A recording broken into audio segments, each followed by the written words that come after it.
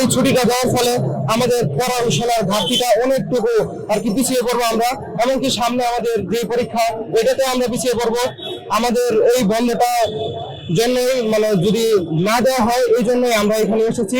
এমনকি আমাদের এই যে পরিকল্পনাটা, যে এই বন্ধটা যাতে না দেওয়া হয়, তো এটার জন্য আর কি আমরা এই জায়গায় এসেছি।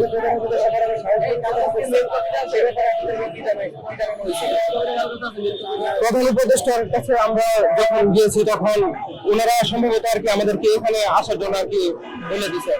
এটাই। আসসালামু আলাইকুম।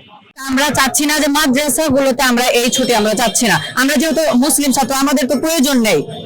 তো আমাদের যে এগুলো মহরমের বিভিন্ন পূজা, মহরমের যেমন সিয়াম রয়েছে, সেখানে আমাদের রোজা পালন করতে হয়। সেগুলো আমরা যদি এই পূজার গুলো, এই ছুটিগুলোর পরিবর্তে যদি আমাদের ওই ছুটিগুলো একটু বৃদ্ধি করতো, তাহলে আমরা খুশি হতাম।